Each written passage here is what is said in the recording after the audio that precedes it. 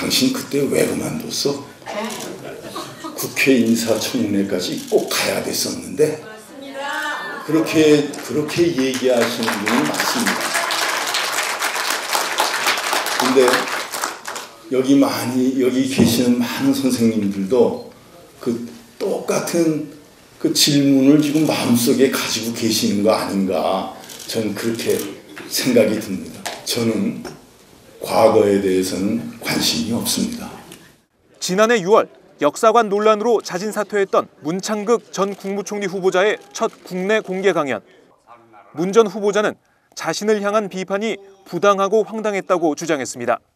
그때 저를 비판한 사람들이 너무 부당하고 황당했지만은 저는 그것이 저 개인에 대한 것이라기보다는 그들의 잘못된 국가관, 역사관에서 비롯된 것이라고 생각하고 있습니다.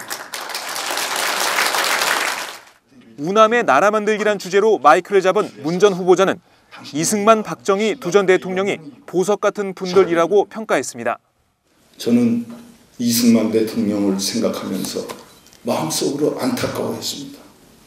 우리에게는 이 리관유 수상보다 훨씬 더 훌륭한 이승만 대통령, 하나 더 나가면 우리 박정희 대통령, 이 보석 같은 분들이 있는데도 불구하고 우리 국민들은 이분들을 짓밟고 있는 겁니다. 문 전 후보자는 이 전 대통령이 미래를 지향했기 때문에 친일파 청산을 위한 반민특위 구성에 제동을 걸려고 했다고 주장했습니다. 정치하기에 가장 쉬운 게 뭡니까? 과거를 들추어내서 비난하는 겁니다. 그렇게 되면 민심을 얻기가 쉽습니다. 이게 즉 과거 포퓰리즘이죠. 운항은 그렇게 과거를 들추어내서 과거로 인기 얻으려고 그러지 않았습니다. 운항은 미래를 지향했습니다. 미래를 지향했습니다. 그게 뭐냐? 반민특위사를 제가 예를 들고 있습니다. 나라를 운항은 반민특위를 결정을 할 때 이게 우리가 무조건 친일분자 청산으로 나가서는 안 된다. 그 국회 안에 제동을 걸었습니다. 문 전 후보자는 김대중, 노무현 두 전 대통령이 대한민국 탄생에 부정적이었다고 비판하며 이 전 대통령의 건국 신념으로 되돌아가야 한다고 강조했습니다. 김대중 대통령은 제2건국을 내세웠습니다. 그렇지만 그 제2건국의 의미는 뭡니까?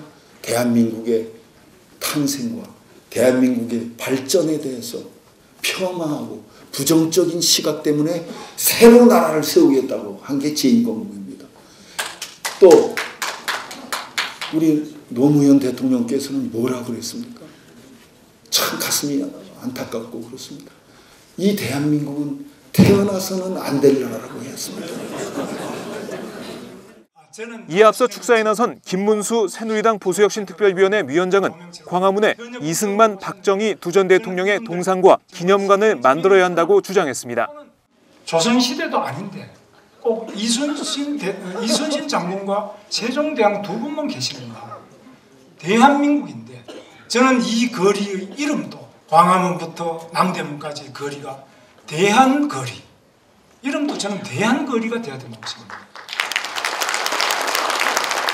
이승만 대통령, 박정희 대통령의 기념관도 세계 어느 나라 이상으로 기적을 이루신 이 두 분의 대통령 기념관을 반드시 이 자리에 세워야 된다고 생각합니다.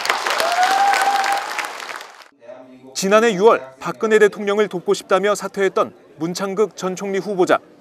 문 전 후보자는 자신의 역사관을 문제 삼은 비판이 황당했다며 이승만, 박정희 전 대통령을 치켜세웠습니다. 오마이뉴스 박정호입니다.